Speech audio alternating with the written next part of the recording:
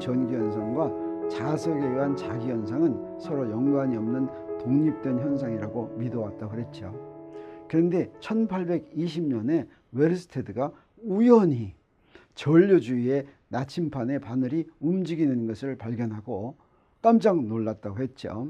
이것은 바로 무슨 얘기냐면 전하는 자기장을 절대 안 만든다고 생각했는데 전류 주위에 자기장이 생긴 걸 발견한 것입니다. 그러면 웨르스테드는 바로 전류가 만드는 자기장에 대한 식이 뭘까 하는 것을 알아내고 싶었어요. 그런데 그걸 성공하지 못했습니다. 그런데 웨르스테드가 그걸 발견한 지 얼마 되지 않아서 거의 똑같은 1820년에 그 식을 발견했는데 너무나도 쉬웠어요. 그 식을 발견한 사람들이 바로 비오하고 사바르 두 사람입니다. 프랑스 사람들이에요. 그래서 그것을 갖다가 비오 사바르 법칙이다 이렇게 이야기를 합니다. 그런데 놀라운 일은 뭐였냐면 비오 사바르 법칙과 쿨롱 법칙이 똑같았어요. 그래서 그 전에 쿨롱 법칙의 경우에는 전하가 있으면 전하 분포가 있으면 그 전하 분포가 만드는 전기장이 뭔지 금방 우리 알았죠. 계산 다 할 수 있었어요. 우리 바로 전에 점전하가 하나 있든지 점전하가 여러 개 있든지 심지어 분포된 연속으로 분포된 전하가 있더라도 그 전하 주위에 어떤 전기장이 생기는지 우리 뭘로 알 수 있어요? 쿨롱 법칙과 중첩 원리로 알 수가 있었죠. 그런데 전류가 만드는 자기장에 대한 법칙이 쿨롱 법칙과 똑같았다고 하는 것입니다. 그런데 그러면 왜 웨르스테드는 그것을 알지 못했을까? 물론 똑같았다는 게 완벽하게 똑같았다는 건 약간 차이 있어요. 자, 그 차이는 있지만 그 기본적으로 같은 거다라고 하는 걸 여러분이 금방 볼 수가 있습니다. 그래서 우리 지난번에 얘기했지만 알고 봤더니 어떻습니까? 자석이 자기현상의 기본되는 원인이 아니라 사실은 움직이는 전하가 원인이다. 전류가 원인이다. 자석 속에도 사실은 전류가 들어있기 때문이다 라고 하는 것을 우리가 알았는데, 그래서 여기 이렇게 전하 분포가 있고 여기 이렇게 전류 분포가 있다고 생각한다면, 여기 이렇게 도선에 전류가 흐른다고 생각한다면 여기 있는 점에 전기장을 한번 구한다고 해보겠어요. 자, 여기에 있는 전하 분포가 여기에 만드는 전기장, 똑같이 요 놈의 전류가 여기에 만드는 자기장을 구한다면 그 식이 어떻게 되냐면, 자, 요 부분이 먼저 만드는 것 보겠어요. 여기는 R' 있는 곳이에요. R' 되는 곳에 여기 있어요. 또 여기는 뭐냐면 R' 되는 곳에 여기 전류 선분이 있어요. 요건 전류에다가 요만큼 요 선분의 선분 벡터를 곱한 거예요. 자, 요거 두 개. 요 놈이 여기에 만드는 전기장하고 자기장은 어떻게 되냐면 바로 이렇게 돼요. 조그만 한 개 만드는 거는 우리가 쿨롱 법칙이죠. 여기 전하 있고 4파 입실론 제로 있고, 그 다음에 여기 거리의 제곱분의 1이 있고, 이건 뭐예요? 이거 단위 벡터죠. 단위 벡터. 그래서 요 DQ가 뭐하고 같아지냐면 이제 요거하고 같아지니까 이렇게 다시 바꿔 썼을 뿐이에요. 그리고 여기서 뭐만 다르냐면 비례 상수가 이렇게 된다라고 하는 것만 우리 다르죠. 다르요. 근데 전류 분포에서 위치 벡터가 R' 곳에 위치한 전류 선분 요거 아까 그려놓은 거, 요 놈이 R인 곳에 만드는 자기장은 어떻게 됐냐면 여기 보세요. 이렇게 돼요. 이렇게 돼요. 그러면 여기서 뭐만 다르냐면 4파 입실론 제로분의 1이 4파이분의 뮤 제로가 됐어요. 입실론 제로는 진공의 유전율이라고 하는 상수예요. 그리고 그 상수 값은 요거까지 다 합해가지고 이렇게 된다. 4파 입실론 제로분의 1이 8.99 곱하기 10의 9승 뉴턴 미터 제곱 나누기 C 제곱 쿨롱 제곱. 여기 쿨롱이에요. 쿨롱 제곱 이렇게 되는 거 우리가 알 수 있는데, 요것은 진공의 투자율이라는 것인데 우리 나중에 알게 되겠지만 우리 전기 현상에 사용되는 식이 거의 대부분 자기 현상에 비슷한 식으로 나타나는데, 그때 뭐만 달라지느냐, 이렇게 유전율이 분자에 있으면 투자율은 분모로 가요. 이렇게 분자 분모가 왔다 갔다 해요. 유전율이 분자에 있으면 투자율은 분모로 가요. 그것만 옮겨주면 돼요. 그것만 옮겨주면 돼. 그 다음에 DQ가 만드는 것이니까 그 자리에다가 IDS를 썼어요. 나머지는 다 똑같아요. 나머지 요것도 다 똑같아요. 요 단위 벡터가 다 똑같아요.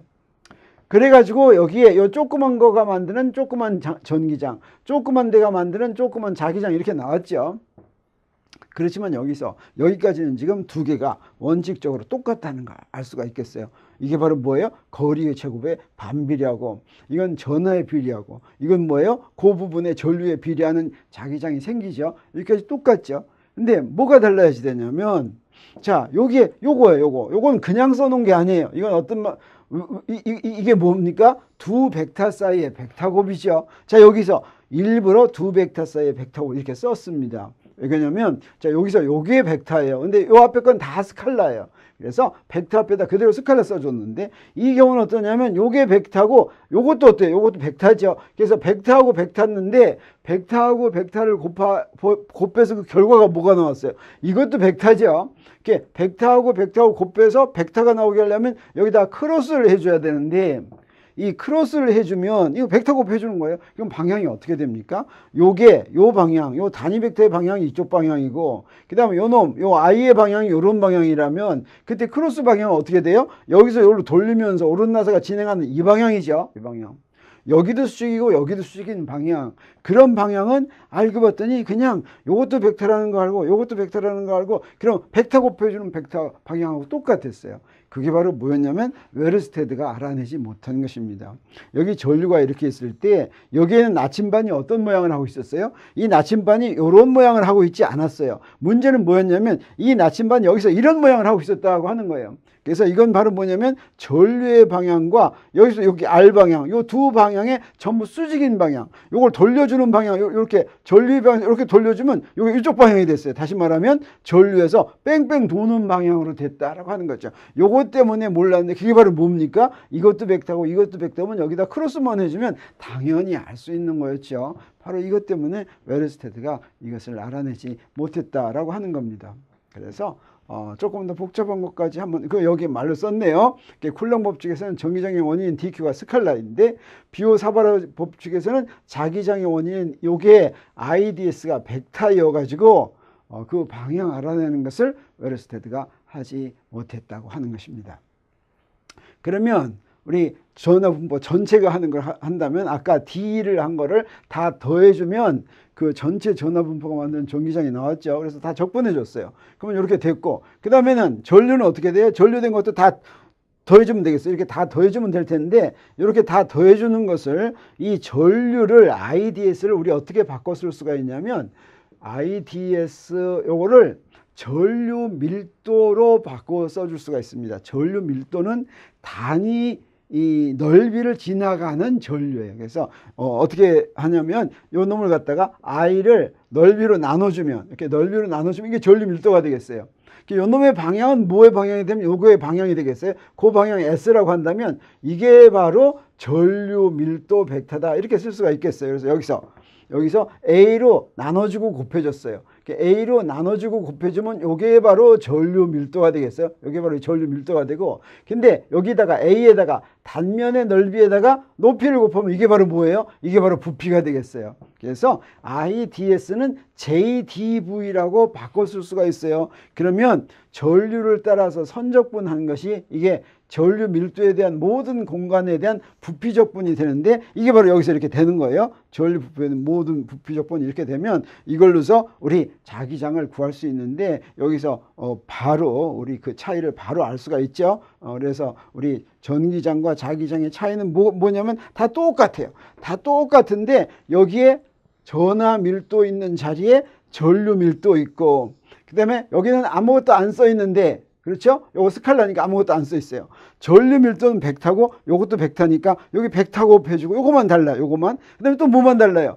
요 입실론 제로가 여기에 분모에 있는데 여기는 분자에만 있고, 따라서 이 쿨롱 법칙하고 비오-사바르 법칙은 엄청 똑같은데 바로 뭐만 달랐어요? 네, 전하 밀도는, 다시 말하면 전기장의 원인은 스칼라이고 자기장의 원인은 벡터라고 하는 사실만 알면 나머지는 다 똑같은 쿨롱 법칙과 똑같은 법칙으로 자기장이 구해진다라고 하는 것을 여기서 알 수가 있습니다.